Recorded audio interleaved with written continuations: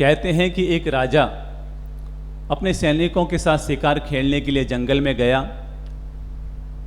और शिकार खेलते खेलते खेलते खेलते वो इतना आगे बढ़ गया, इतना आगे बढ़ गया, इतने आगे बढ़ गया कि उसके सैनिक पीछे ही छूट गए और राजा आगे बढ़ते बढ़ते बढ़ते बढ़ते रास्ता भटक गया और उसे रास्ता नहीं मिला।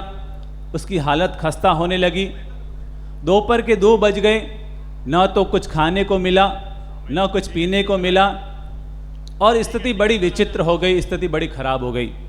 उसको लगा कि अब मेरे प्राण सूखते जा रहे हैं और पता नहीं कब मेरे प्राण निकल जाए। और भगवान से प्रार्थना करने लगा कि प्रभु मुझे बचाने की कृपा कर, प्रभु मुझे बचाने की कृपा कर, प्रभु मुझे बचाने की कृपा कर। तभी अचानक उसने देखा कि सामने से एक युवक चल कर के आ रहा था। जैसे ही उसने युवक को देखा कि उसकी सांस में सांस आई, उसको धीरज बंधा कि चलो कोई ना कोई मेरी सहायता करने के लिए भगवान ने भेज दिया। और जैसे ही वो युवक राजा के पास पहुंचा, वो युवक राजा को देखकर बड़ा आश्चर्यचकित रह गया। हे राजा, आप यहाँ पर कैसे और आपकी ये हालत? उसने कहा कि मैं लकड़हारा हूँ, बताइए मेरे लिए क्या हुक्म है, मेरे लिए क्या आदेश है? तो राजा ने कहा कि मैं रास्ता भटक गया और ऐसी स्थिति बन गई, तू जल्दी से कर, मुझे कहीं से पानी ला करके दे। और वो लकड़हारा पानी लेकर के आया, राजा को पिलाया। राजा को बहुत धीरज बंधा, सांस में सांस आई, थोड़ी उसकी हालत अच्छी हुई। और राजा ने कहा कि लकड़हारे से कहा कि चल अब मुझे तू अपने घर लेकर के चल, मुझे कुछ खाने को चाहिए, मेरी हालत बड़ी खराब हो रही है। और लकड़हारा ससम्मान राजा को अपनी कुटिया में ले गया और जो भी कुटिया में बना हुआ था बड़े भक्ति भाव से, बड़े आनंद भाव से राजा को खिलाया। राजा को बड़ा सुकून मिला, बड़ा आनंद आया कि चलो परमात्मा की कृपा से, परमात्मा की कृपा से मुझे कोई मिल गया, नहीं तो आज मेरी हालत पता नहीं क्या से क्या हो सकती थी। और कहते हैं राजा बड़ा खुश हुआ, बड़ा प्रसन्न हुआ, बड़ा आनंदित हुआ। लकड़हारे को भी बड़ा मजा आया कि आज उसने राजा की सेवा की। और कहते हैं लकड़हारे ने राजा को वापस राजमहल का रास्ता बताया और राजा सकुशल अपने राज्य में पहुंच गया, अपने महल में पहुंच गया।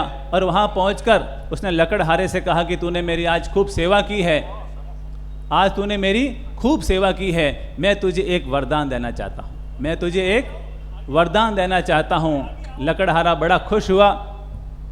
उसने कहा जो हुक्म।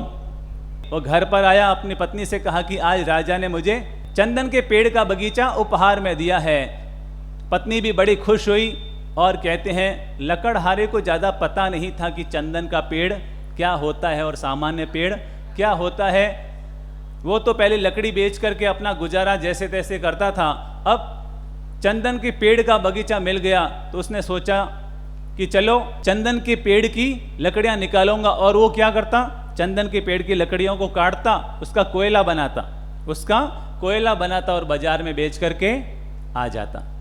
उसे नहीं पता था कि चंदन के पेड़ की कीमत क्या होती है। और कहते हैं कि इस तरह से धीरे धीरे धीरे धीरे उसने चंदन के सारे पेड़ों को वो काटता गया और उसका कोयला बना करके बाजार में बेच करके आ गया। उसको तो बड़ा अच्छा लग रहा था कि पहले तो बहुत ज़्यादा दुख भरी जिंदगी थी, पर अब अच्छी जिंदगी हो गई है क्योंकि कोयले से ज़्यादा कमाई हो जाती थी और उसकी ज़िंदगी आराम से चल रही थी। एक दिन पता नहीं राजा को क्या सूझा कि चलो उस लकड़हारे से मिलकर आते हैं। और जैसे ही वो लकड़हारे से मिलने के लिए पहुंचा और वो अपने चंदन के पेड़ के बगीचे में देखा तो देख करके हक्का बक्का रह गया, ये क्या, सारे पेड़ खत्म, चारों तरफ कोयले कोयले, चारों तरफ कोयले कोयले। उसको बड़ा आश्चर्य हुआ। उसने लकड़हारे को आवाज़ दी, लकड़हारा दौड़ कर आया। उसने कहा ओह राजा पधारे हैं, प्रणाम किया। राजा ने कहा कि ये तूने क्या किया, चारों तरफ कोयले ही कोयले नजर आ रहे हैं। तो उसने कहा कि राजन मैं तो रोज एक पेड़ काटता हूँ, लकड़ियों का कोयला बनाता हूँ और कोयला बेच करके आ जाता हूँ। राजा ने ये सुना तो राजा को बड़ा दुख हुआ कि अरे ये इसने क्या कर दिया, ये इसने क्या कर दिया। मुझे तो लगा था कि ये मेरे बगीचे को और लह लहा देगा, पर इसने तो पूरा राख ही कर दिया। और राजा ने उसको ज्ञान देने के लिए एक चंदन के पेड़ की लकड़ी कटवाई और कहा कि जा इसको बाजार में बेच करके आ। वो बाजार गया, बेच जैसे ही उसने वो लकड़ी बेची तो वो एकदम हक्का बक्का, क्या ये चंदन के पेड़ की लकड़ी इतनी कीमती है।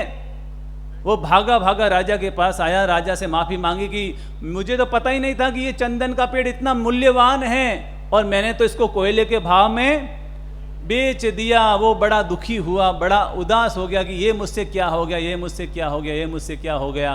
राजा ने कहा चिंता मत कर, अब जो ये थोड़े पेड़ बचे हैं तो अगर तू इन थोड़े बचे हुए पेड़ों के चंदन की लकड़ियां भी काट करके अगर बाजार में बेच करके आएगा तो तेरी पूरी जिंदगी खुशहाल हो जाएगी। और लकड़हारा खुश हो गया और उसने राजा से वचन लिया कि अब मैं वापस सारे चंदन के पेड़ों को लगाऊंगा, उनकी रखवाली करूंगा और आपने जितना सुंदर बगीचा दिया उसको और सुंदर बना के दिखाऊंगा।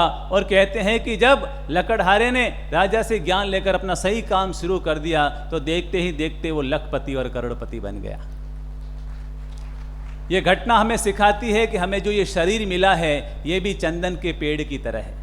हमें जो ये मनुष्य जीवन मिला है, परमात्मा ने जो हमें ये उपहार दिया है, ये चंदन के पेड़ का बगीचा है। सोचिए हम कहीं इसे कोयले के भाव में तो नहीं बेच रहे हैं, हम इसे कहीं कोयले के भाव में तो नहीं बेच रहे हैं। इस परमात्मा ने जो हमें चंदन का बगीचा दिया है इसको कोयले के भाव नहीं बेचना है, इसको हीरा और सोना बनाना है ताकि हमारा ये भव ही नहीं आने वाला भव भी सुख खुशियों से, आनंद से और स्वर्ग से भर जाए।